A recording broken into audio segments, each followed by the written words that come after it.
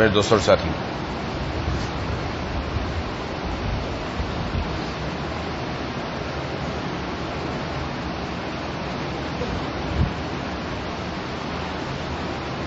قرآن کریم میں سورۃ القیامہ میں اللہ تبارک و تعالی نے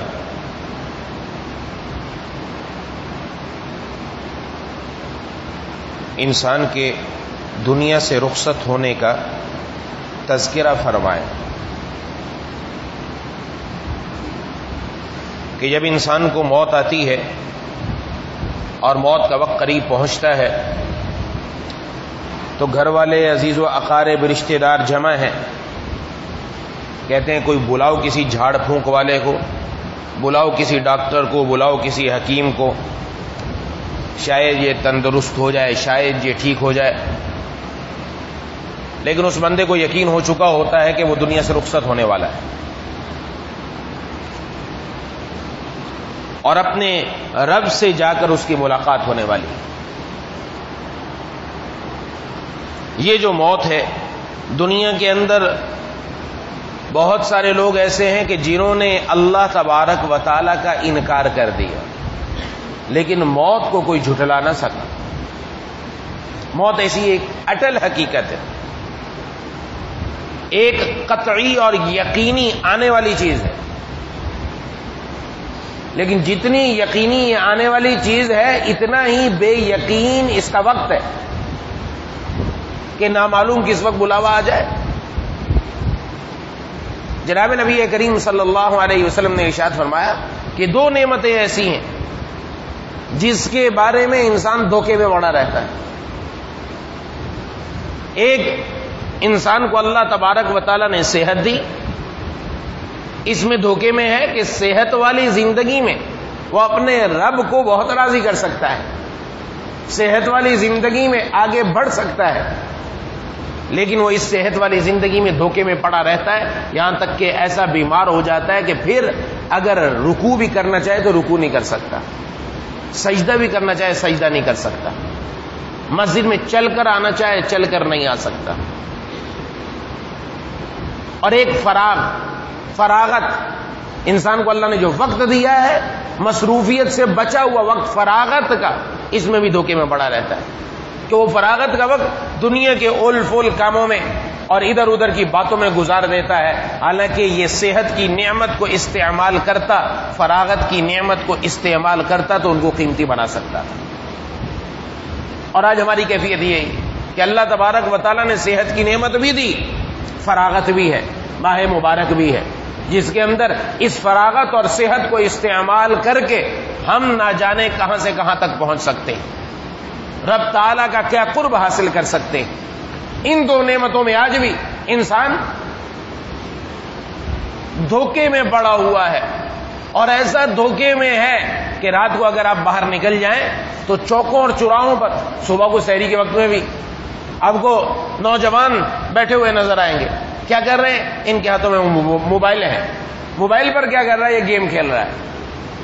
یہ اس کے پاس صحت ہے، اس کے پاس جوانی ہے، اس کے پاس فرصت ہے، یہ گیموں میں اتنا مگن ہے کہ اس کو پتہ ہی نہیں کہ میرے قریب قریب میں کون گزر رہا ہے، کون جا رہا ہے، کون آ رہا ہے، کسی کے حقوق کی پرواہ ہی نہیں، نہ رب تعالیٰ کے حقوق کی، نہ گھر والوں کے حقوق کی، مگن ہے۔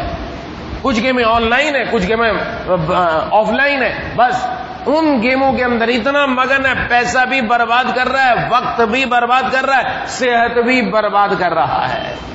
اور اس ماہ مبارک میں کہ جن لمحات کے اندر ہم بہت کچھ کما سکتے ہیں، ایک تاجر دنیا کے اندر، اگر کوئی آدمی تاجر ہے نا، تجارت کر رہا ہے، دکان کھول کر بیٹھا ہے، نفع کمانے کا موقع ہے، ہاتھ سے جانے نہیں دیتا۔ یہ اچھے سے اچھا نوجوان بھی سمجھتا ہے، بوڑھا بھی سمجھتا ہے کہ کوئی موقع ہاتھ سے جانے نہ دو، اس موقع سے نفع اٹھا لو۔ ایک مومن کا یہ کام ہونا چاہیے کہ جب اللہ نے اس کو موقع دیا وہ اس موقع سے فائدہ اٹھائے، ہاتھ سے نہ جانے دے۔ لیکن آج حالت یہ لگی پڑی ہے کہ کوئی پرواہ ہی نہیں۔ بہلول ایک بزرگ گزرے ہیں، وہ ہارون رشید کے پاس آیا کرتے تھے اور مجذوب قسم کے آدمی تھے، باتیں ایسی کر جاتے تھے جو انسان کے کایا پلٹ دینے والی ہوتی تھی۔ تو ایک مرتبہ ہارون رشید کے پاس آئے تو انہوں نے ازراہ مذاق ایک چھڑی اپنے پاس رکھی ہوئی تھی، وہ چھڑی ان کو دی، مذاق کیا اور کہا کہ بہلول اگر تمہیں زندگی میں اپنے سے زیادہ بے وقوف شخص نظر آئے تو یہ چھڑی اس کو دے دینا. جیسے آپس میں مذاق ہوتا ہے، مذاق اندیا گویا تم میرے نزدیک بہت بے وقوف ہو، ورنہ کسی اور کو چھڑی دے دے. بات آئی گئی ہوگی، بہلول نے وہ چھڑی سنبھال کے رکھ لی. وقت گزرتا گیا یہاں تک کہ دنیا سے سب نے رخصت ہونا ہے. ہارون رشید کا آخری وقت آیا تو بہلول آئے عیادت کے لیے، آ کر بات چیت کی، حال احوال پوچھا اور یہ سوال کیا کہ کہاں کا سفر ہے؟ کہا کہ آخرت کا سفر ہے. کہا اس کے لیے کیا تیاری کی آپ نے؟ کتنے لشکر بھیجے اس کے لیے؟ واپسی آپ کی کب ہے؟ کہا بہلول بات عجیب کر رہے ہیں آپ، یہ آخرت کا سفر ایسا ہے یہاں ایک مرتبہ جو چلا جاتا ہے واپس نہیں آتا. اور تیاری کچھ بھی نہیں کی، تیاری تو کچھ بھی نہیں، کوئی لشکر نہیں. تو بہلول نے وہی چھڑی نکالی اور ہارون رشید کو دی، کہا کہ تم سے زیادہ بے وقوف آدمی مجھے نظر نہیں آیا. اس لیے کہ جب آپ بادشاہ تھے آپ کا سفر ہوتا تھا، اور سفر بھی چند دن کے لیے، جہاں سے واپس آنا ہوتا تھا آپ اپنا لشکر بھیجا کرتے تھے. آپ سے پہلے لشکر جا کر اس جگہ پر خیمے لگاتا، تیاریاں کرتا کہ بادشاہ نے آنا ہے اور اس کی رہائش کا انتظام کرتا. سب وہاں پر انتظامات مکمل ہوتے، پھر آپ جاتے اور یہ سفر 2-4 دن 6 دن 8 دن 10 دن کا ہوتا، واپس آنا ہوتا تھا. اس کے لیے تو اتنی تیاری. اور یہ جو سفر آخرت کا ہے اس کی تیاری ہی نہیں، جہاں جا کر بندے کو واپس ہی نہیں آنا. اور اگر میں اور آپ غور کریں اپنی زندگی میں تو ہمیں بھی یہی نظر آتا ہے کہ دنیا کے سفر کی تیاری تو ایک ماہ پہلے ہو جاتی ہے، لیکن آخرت کے سفر کی تیاری کیا کر رکھی؟ کیا آخرت کا جو سفر درپیش ہے کہ کسی وقت بھی رب تعالیٰ کی طرف سے بلاوا آ جائے، اس سفر کی تیاری کیا کی؟ اپنے ہاتھوں سے اپنے عزیز و اقارب کو دفنا کرا جائیں گے، اپنے ہاتھوں سے ان کو اٹھا کر لے جائیں گے، لیکن اپنے بارے میں خیال نہیں آئے گا کہ تیرا نمبر بھی ایک دن یہیں آنے والا ہے، تو بھی یہیں سے رخصت ہو. اس لیے یہ موقع ہے، ماہ مبارک میں دل نرم ہے، نرمی کی وجہ سے مائل ہے اللہ تعالیٰ کی طرف. ہم اپنی آخرت بنائیں، ہم اپنی قبر بنائیں، ہم جنت کے حقدار بنیں، جہنم سے آزادی لیں. جہنم سے آزادی کا پروانہ ملا، قبر سے عذاب کا پروانہ بھی ملے گا انشاءاللہ. جو جہنم سے پروانہ مل گیا آزادی کا، تو وہ کیا ہے؟ وہ اللہ تعالیٰ کو راضی کرنا ہے. کوئی مشکل کام تھوڑی ہے. 4 کام روزانہ اس کا اہتمام کر لیں. 4 کاموں صرف توجہ کی ضرورت ہے. کوئی لمبا چوڑا کام نہیں ہے، کوئی لمبی چوڑی لکھت پڑھت نہیں ہے، کوئی بہت بڑا وقت لگنے والا نہیں ہے. صرف 4 باتوں کا دھیان کر لیں تو انشاءاللہ زندگی کی کایا پلٹ جائے. حضرت امام غزالی رحمت اللہ علیہ نے یہ لکھا اور کتنے لوگوں نے عمل کیا، بہت سارے لوگوں نے عمل کیا الحمدللہ، اور زندگی کی کایا. یہ ایک دن کا عمل نہیں، یہ روز کا عمل ہے. روز کا، روز 4 باتوں کا اہتمام کرنا ہے. ارشاد فرمایا کہ صبح کو جب اٹھو، اب صبح سحری کے وقت میں ہے تو اللہ سے معاہدہ کر لو. سب سے پہلے معاہدہ کرنا ہے کہ اللہ آج کا دن انشاءاللہ میں آپ کی فرما برداری میں گزاروں گا. کوئی لکھت تو نہیں ہو رہی، یہ دل کا دل اللہ سے معاہدہ ہے، ایک زبانی معاہدہ ہے. میں انشاءاللہ آج کے دن آپ کی کوئی نافرمانی نہیں کروں گا. جو میرے ذمہ فرائض واجبات متعلق ہیں ان کو پورا کروں گا اور آپ کی نافرمانیوں سے بچوں گا. یہ معاہدہ ہو گیا. ویسے معاہدہ تو ہم روز کریں، ایک معاہدہ کر کے آ چکے ہیں اور یہی معاہدہ کر کے آ چکے ہیں کہ اللہ تبارک و تعالیٰ نے معاہدہ لیا تھا تمام روحوں سے، الستُ بربکم قالوا بلی. یہ سب نے کہا تھا کہ آپ ہمارے رب ہیں، اور رب ہونے کا مطلب یہ کہ اسی رب کے سامنے جھکیں گے. اور پھر کلمہ پڑھ کے اس معاہدے کی تجدید کی ہے، اور اب اس معاہدے کی روز تجدید جو کرے گا یقیناً اپنے آپ کو اللہ کے قریب کر لے گا. تو روز معاہدہ ہو گیا. سارا دن مراقبہ کرنا ہے. مراقبے کا مطلب نگرانی کرنا. سارا دن ملازمت پر ہوں، گھر پر ہوں، اپنی دکان پر ہوں، فیکٹری پر ہوں، کہیں بھی بیٹھا ہے، کمپیوٹر پر ہے، وہاں کہیں بھی بیٹھا ہے، لیکن ہر وقت اپنی نگرانی چل رہی ہے کہ رب سے ایک معاہدہ کیا ہے، آج کے دن میں نے اس معاہدے کو پورا کرنا ہے، اس معاہدے کے مطابق ظہر کا وقت ہوا، ظہر رب تعالیٰ کے در پر، عصر میں اللہ کے در پر، مغرب میں اللہ کے در پر، عشاء میں اللہ کے در پر، یہ ان اوقات میں فرائض ادا کر رہا ہے، واجبات ادا کر رہا ہے، گھر والوں کے حقوق ادا کر رہا ہے، حقوق کی پوری پاسداری کر رہا ہے، نگرانی رکھنی ہے، جو معاہدہ کیا میں اس معاہدے پر پورا اتر رہا ہوں کہ نہیں اتر رہا۔ دوسری بات ہو گئی۔ اور تیسری بات، رات کو سونے سے پہلے جب نمازوں سے فارغ ہو گئے، اب اپنا محاسبہ کرنا ہے، اب اپنا محاسبہ، اپنا حساب کتاب کرنا ہے۔ جیسے ایک تاجر حساب کتاب کرتا ہے نفع اور نقصان کا، آج میں نفع میں رہا، نقصان میں نے معاہدہ کیا تو اس معاہدے کی پوری پاسداری کی کہ نہیں کی؟ اگر اس کی پاسداری کی ہے تو رب تعالیٰ کا شکر ادا کرے، اللہم لک الحمد ولک الشکر، الحمدللہ الحمدللہ، یا اللہ آپ کا شکر ہے، آپ کی کرم نوازی ہے کہ آپ نے مجھے اس معاہدے پر پورا اترنے کی توفیق عطا فرمائی۔ آج میری نمازیں بھی پوری ہیں، آج میں نے زبان سے کسی کی غیبت، چغلی اور بہتان بھی نہیں باندھا، آج آنکھ سے میں نے کوئی غلط چیز بھی نہیں دیکھی، آج کانوں سے گانے بھی نہیں سنے، کوئی نافرمانی بھی نہیں کی، الحمدللہ۔ یا اللہ سب کا آپ کا شکر ہے کہ آپ نے مجھے اس کی توفیق عطا فرمائی۔ اور اگر اس معاہدے میں عمل نہ ہو سکا، کہیں گڑبڑ ہو گئی، کہیں اللہ کی نافرمانی ہو گئی، کہیں نماز چھوٹ گئی، کہیں کسی کے ساتھ بد اخلاقی ہو گئی، تو پھر توبہ کرے توبہ کرے توبہ کرے اور اپنے گناہوں کی معافی مانگے۔ اور جو بندہ سچی توبہ کرتا ہے اللہ اس کے گناہ ضرور معاف فرما دیتے ہیں۔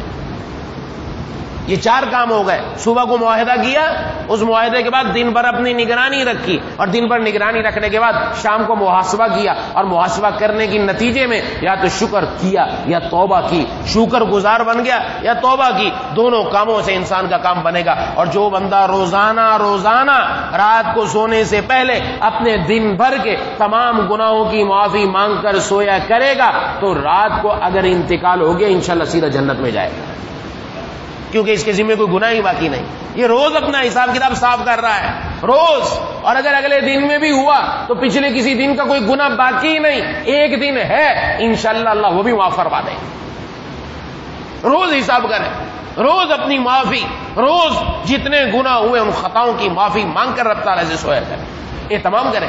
ٹھیک ہے ہم گناہ گار ہیں، ہم سے کوتاہیاں ہوتی، انکار نہیں ہے، کوتاہی ہو تب بھی اس معاہدے کو نہیں چھوڑنا، کرتے رہنا ہے، کرتے رہنا ہے۔ گر کر انسان ایک دن چلنے والا بن جاتا ہے۔ بچے کو چلنا نہیں آتا، وہ چلنے کی کوشش کرتا ہے، بار بار گرتا ہے۔ سائیکل چلانے والا ابتدا میں سائیکل چلانا نہیں آتا، بار بار گرتا ہے۔ موٹر سائیکل چلانے والا گرتا ہے، لیکن جو ہمت ہار لے وہ کبھی سائیکل چلانے والا نہیں بن سکتا، موٹر سائیکل چلانے والا نہیں بن سکتا۔ جو ہمت ہارتا نہیں ہے اور قدم بڑھاتا رہتا ہے، ایک دن وہ صحیح طریقے سے چلنے والا بن جاتا ہے۔ رب تعالیٰ کے راستے پر چل رہے ہیں، بار بار گر رہے ہیں تو کوئی مسئلہ نہیں، اٹھتا رہے، ہمت کرتا رہے، اور ایک دن آئے گا کہ انشاءاللہ ضرور اللہ کا پیارا بن جائے گا، ضرور سیدھا چلے گا۔ اور نفس و شیطان تو بہت کچھ سکھاتے ہیں، معاشرہ بھی بہت کچھ سکھاتا ہے، وہ دل میں آتی، یہ تو مولوی لوگوں کی باتیں ہیں، یہ ان کو کیا پتا، معاشرے کے اندر یہ جا کر بیٹھے تو پتہ چلے کمایا کیسے جاتا ہے، ان کو کیا پتا کیسے کمائی ہوگی۔ یا جھوٹ بولنا پڑتا ہے، اس کے بغیر چارہ نہیں ہوتا، یا یہ کرنا پڑتا ہے، اس کے بغیر چارہ نہیں ہوتا۔ ہم آپ سے جواب لینا ہی نہیں چاہتے، یہ صرف سوچ لے کہ جو ہیلا اور جو حجت آج علماء کے سامنے بیان کی جاتی ہے، کیا کل قیامت میں دن اللہ کے سامنے چل سکتی ہے کہ نہیں چل سکتی؟ بس کسی کے جواب کی ضرورت نہیں، بس یہ سوچ لے۔ اور جو بندہ یہ کرتا ہے اس کا دل اس کو ملامت کرتا ہے، یقیناً وہ اپنے آپ کو مطمئن کرنے کے لیے زبان سے تو کچھ بول دیتا ہے، لیکن دل پھر بھی اٹکا رہتا ہے کہ گڑبڑ ہے، صحیح ہے، یہ کام ٹھیک نہیں ہے، واقعتاً کچھ نہ کچھ مسئلہ ہے۔ تو یہ اس کا مطلب ہے کہ ہمیں اپنے آپ کو سیدھا کرنے کی ضرورت ہے۔ یہ دلیلیں یہ جو دنیا میں چلاتے ہیں یہ وہاں نہیں چلنے والی، وہاں چلنے والی ہے ہی نہیں کوئی دلیل ہماری۔ اللہ نے پوچھ لیا، مجھ سے مانگا تھا، مجھ سے بڑھ کر کوئی طاقت والا تھا، مجھ سے مانگتے اور میرے سامنے آ کر گڑ گڑاتے، یا اللہ آپ کا بننا چاہتا ہوں آپ بنا لیجئے، میں نہ بناتا تو پھر کہتا۔ مانگا رب تعالیٰ سے آ کر۔ آج ہم اگر گر رہے ہیں تو رب تعالیٰ کے، اللہ تعالیٰ کے رستے کو مضبوطی سے پکڑیں، قرآن و حدیث کو مضبوطی سے پکڑیں اور اس پر عمل کرنے کی کوشش کریں۔ دیکھیں اللہ تبارک و تعالیٰ کہاں سے کہاں تک پہنچاتے ہیں۔ تو اس لیے روزانہ یہ 4 کام کریں، اور جو 4 کام کرے گا تو اس کی موت بھی انشاءاللہ عید کی طرح آئے گی، انشاءاللہ موت بھی یقیناً اللہ تبارک و تعالیٰ کی رضا اور خوشی کی حالت میں آئے گی، خوشی میں دنیا سے جائے گا، اللہ تبارک و تعالیٰ کو راضی کرے۔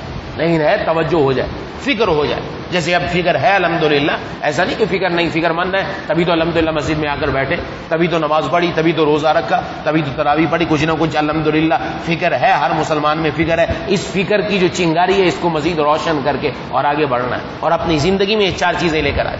یہ فکر مند کرنے والی چیز، چند دن تک تھوڑی سی فکر رکھیں گے، اس کے بعد زندگی کے اندر ایک معمول بن گیا تو پھر ہمیں کچھ کرنے کی ضرورت نہیں پڑے گی۔ چند دن تک محنت اور مشقت ہے، جیسے ایک انسان پہلے نوکری پر لگتا ہے نا تو اس کو مشکل لگتا ہے، نوکری پر صبح اٹھ کر جانا، اگر اس کی صبح کی ڈیوٹی ہے تو جانا مشکل لگتا ہے، رات کی ڈیوٹی ہے تو مشکل لگتا ہے، کوئی بھی ڈیوٹی ہے، کیونکہ عادت نہیں بنی ہوئی، اور جب چند دن وہ ہمت کر کے چلتا رہتا ہے، عادت بن جاتی ہے، کام بن جاتا ہے، پھر اس کو پتہ ہی نہیں چلتا، پھر صبح سویرے اٹھنا بھی آسان ہو جاتا ہے، پھر کوئی مسئلہ ہی نہیں۔ ایسے جو بندہ اللہ تبارک و تعالیٰ کے راستے پر چلتا ہے، ابتداءً مشقت ہوتی ہے، لیکن اس مشقت کے مقابلے میں اللہ جو لطف اور لذت دیتے ہیں وہ مشقت اس کے سامنے کوئی حقیقت ہی نہیں رکھتی۔ یہاں تو جان بھی دے دے تو بھی اس کو پتہ نہیں چلتا، کیونکہ اس کے بدلے میں اس کو اللہ تبارک و تعالیٰ ملنے والے ہیں۔ اس لیے یہ موقع میرے اور آپ کے پاس اللہ تبارک و تعالیٰ نے عطا فرمایا، اور موت ایک اٹل حقیقت ہے، وہ کسی وقت بھی آ سکتی ہے، اس کی تیاری میری اور آپ کی ذمہ داری، اور تیاری یہ نہیں کہ کل کریں گے، پرسوں کریں گے، رمضان کے بعد کریں گے، اگلے سال کر لیں گے، اگلے مہینے میں کر لیں گے، نہیں، تیاری آج سے ہی کر لیں گے۔ کیوں؟ اس لیے کہ موت آج بھی آ سکتی ہے، نہ جانے کس وقت بلا لے، اللہ تبارک و تعالیٰ کی طرف سے بلاوا آ جائے۔ اب تو ایمرجنسی ویزے لگ رہے ہیں، دنیا سے بندہ رخصت ہو رہا ہے، اس کی پہلے تیاری۔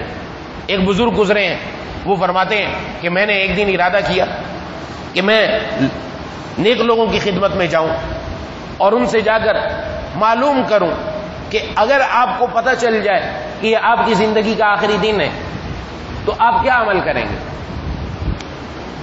یہ اس لیے میں جا کر پوچھوں گا کہ مجھے پتہ چل جائے گا کہ ہر ایک کوئی خاص عمل بتائے گا کہ مجھے پتہ چل گیا آج میری زندگی کا آخری دن ہے بس، تو وہ کیا عمل کرے گا، وہ جس عمل کو کریں گے میں وہ سارے عمل جمع کر لوں گا اپنے پاس، اور اپنے روزانہ کی روٹین میں یہ سارے عمل لے کر آ جاؤں گا۔ کہتے ہیں مختلف لوگوں کے پاس گیا، مختلف لوگوں نے مختلف باتیں بتائیں، ایک اللہ والے کی خدمت میں حاضر ہوا، ان سے جا کر میں نے عرض کیا تو انہوں نے فرمایا میں جو روزانہ کام کرتا ہوں وہی اسی دن کام کروں گا، جو روزانہ کرتا ہوں وہی کروں گا۔ وہ حیران رہ گیا، یہ روزانہ کرتے ہیں، یہ تو آپ کو پتا ہے بس آج آخری دن ہے، اب تو آپ بہت کچھ اور کرنے والے ہوں گے، پھر اس دن تو مزید اندر تبدیلی آ جائے گی، مزید کوئی اور اعمال آ جائیں گے، تو آپ اور عمل نہیں کریں گے۔ تو انہوں نے عجیب جواب دیا، انہوں نے کہا کہ میں زندگی کا ہر دن یہی سوچ کر گزارتا ہوں یہ میری زندگی کا آخری دن ہے، یہی سوچ کر گزارتا ہوں۔ جب یہ سوچ کر گزارتا ہوں میرے ہر دن کا عمل وہی ہے کہ جو کرنا ہے وہ کرنا ہے، جو فرائض ہے، واجبات ہے، سنت مؤکدہ ہے، ان پر عمل کرنا اور اپنے آپ کو اللہ کی نافرمانی سے بچانا۔ اللہ کا پیارا بننا کوئی مشکل نہیں، اللہ کا ولی بننا کوئی مشکل نہیں، دو کام کر لے، جو فرائض میرے اور آپ کے ذمے میں، جو واجبات ہمارے ذمے میں، جو سنت مؤکدہ ہمارے ذمے میں، جو گھر والوں کے حقوق ہمارے ذمے میں، وہ ادا کر دے، اللہ کی ایک نافرمانی نہ کرے، یہ بندہ وقت کا ولی اور اللہ تبارک و تعالیٰ کا دوست اور پیارا ہے۔ کوئی مشکل کام نہیں ہے، بس اس کا اہتمام ہے، دنیا چھوڑنا نہیں ہے، دکان چھوڑنا نہیں ہے، ملازمت چھوڑنا نہیں ہے، کاروبار چھوڑنا نہیں ہے، فیکٹری چھوڑنا نہیں ہے، یہ چلتی رہے، لیکن ان میں دل نہ لگائے، دل اللہ تبارک و تعالیٰ سے لگائے، دل میں دنیا نہ ہو، دل میں مولا ہو۔ اس لیے مفتی اعظم پاکستان مفتی محمد شفیع صاحب رحمہ اللہ فرماتے تھے کہ پیسہ ہاتھ میں رکھنا جائز، پیسہ جیب میں رکھنا جائز، لیکن یہ پیسہ دل میں نہ ہو، دل میں پیسے کا خالق ہو، دل میں نعمت دینے والا ہو، تو پھر یہ زندگی انسان کی بدل جائے گی، زندگی کا رخ ہی بدل جائے گا، کیونکہ جس سے محبت ہوتی ہے انسان کی زندگی اسی کے مطابق چلنا شروع ہو جاتی ہے۔ تو بہرحال یہ 4 باتیں عرض کی کہ صبح کو معاہدہ کریں اور دن بھر اپنا مراقبہ، اپنی نگرانی رکھنی ہے، اور شام کو محاسبہ، اس کے نتیجے میں شکر ادا کرے یا اس کے نتیجے میں توبہ کرے، تو انشاءاللہ زندگی میں ضرور تبدیلی آ جائے گی۔ دعا ہے کہ اللہ تعالیٰ مجھے اور آپ کی ان باتوں پر عمل کرنے کی توفیق نصیب فرمائے۔ وآخر دعوانا ان الحمدللہ رب العالمین۔ بسم اللہ الرحمن الرحیم، الحمدللہ رب العالمین الرحمن الرحیم مالک یوم الدین، ایاک نعبد وایاک نستعین، اهدنا الصراط المستقیم صراط الذین انعمت علیہم غیر المغضوب علیہم ولا الضالین۔ اللهم صل علی سیدنا ومولانا محمد وعلى آل سیدنا ومولانا محمد وبارک وسلم۔ ربنا اغفر لنا ذنوبنا وكفر عنا سیئاتنا وتوفنا مع الابرار۔ ربنا لا تزغ قلوبنا بعد إذ هديتنا وهب لنا من لدنك رحمة إنك أنت الوهاب۔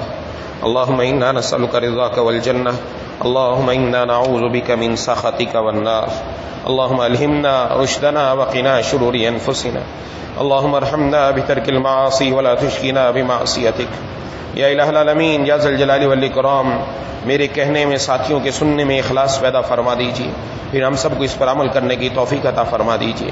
یا الہ العالمین، مرنے سے پہلے موت کی تیاری کرنے کی توفیق عطا فرما۔ یا اللہ، مرنے سے پہلے ہم سب کو اپنی رضا اور اپنی سچی دوستی نصیب فرما دیجیے۔ یا الہ العالمین، سچی بندگی اختیار کرنے والا بنا دیجیے۔ اے الہ العالمین، اے ارحم الراحمین، یا ذی الجلال والاکرام، ہم میں سے جو بیمار ہیں، گھروں میں جو بیمار ہیں، دوستوں احباب میں جو بیمار ہیں، جنہوں نے اپنے بیماروں کے لیے دعا کے لیے کہا یا کہنا چاہتے نہیں کہہ سکے، یا امید رکھتے ہیں یا پیغام پہنچایا نہ پہنچ سکا، یا اللہ سب کو شفائے کاملہ عاجلہ مستمرہ نصیب فرما دیجیے۔ اے الہ العالمین، اے ارحم الراحمین، جتنے بھی اعزاء و اقربا دنیا سے جا چکے سب کو جنت الفردوس میں جگہ عطا فرما۔ میرے پیر و مرشد، سیدی و مرشدی، محبی و محبوبی، میری آنکھوں کی ٹھنڈک، حضرت اقدس حضرت حاجی شاہ فیروز عبداللہ میمن صاحب مدظلہم کے والد صاحب کا انتقال ہو گیا، آج صبح ان کا جنازہ تھا۔ دعا فرمائیں اللہ تبارک و تعالی ان کی قبر کو نور سے بھر دے، ان کی کروٹ کڑوٹ میں اللہ تبارک و تعالی ان کو سکون اور راحت نصیب فرما دے، اور ان کو جنت الفردوس میں جگہ عطا فرمائے، اور ان کے پیچھے جتنے پسماندگان ہیں سب کو اللہ تعالی صبر جمیل نصیب فرمائے۔ اے الہ العالمین، اے ارحم الراحمین، ہم سب کو بھی مرنے سے پہلے موت کی تیاری کرنے والا بنا دیجیے۔ سلامتی اعضاء، سلامتی ایمان کے ساتھ زندہ رکھیے، سلامتی اعضاء، سلامتی ایمان کے ساتھ دنیا سے اٹھائیے گا۔ یا اللہ، قلب سلیم، فہم سلیم، عقل سلیم عطا فرما، عقل سلیم پر فضل عظیم عطا فرما۔ رقیق القلب رحیم المزاج بنا، نظر بد سے ہم سب کی حفاظت فرما، فتنہ پھیلانے والوں کے فتنے سے حفاظت فرما، حاسدین کے حسد سے ہم سب کی حفاظت فرما۔ اے الہ العالمین، جتنی دعائیں آپ کے حبیب جناب نبی کریم صلی اللہ علیہ وسلم نے مانگی سب ہم سب کے حق میں قبول فرما، جن جن چیزوں سے پناہ مانگی ان سب سے ہم سب کو پناہ عطا فرما۔ ربنا تقبل منا انک انت السمیع العلیم وتب علینا انک انت التواب الرحیم۔ صلی اللہ تعالی علی خیر خلقہ۔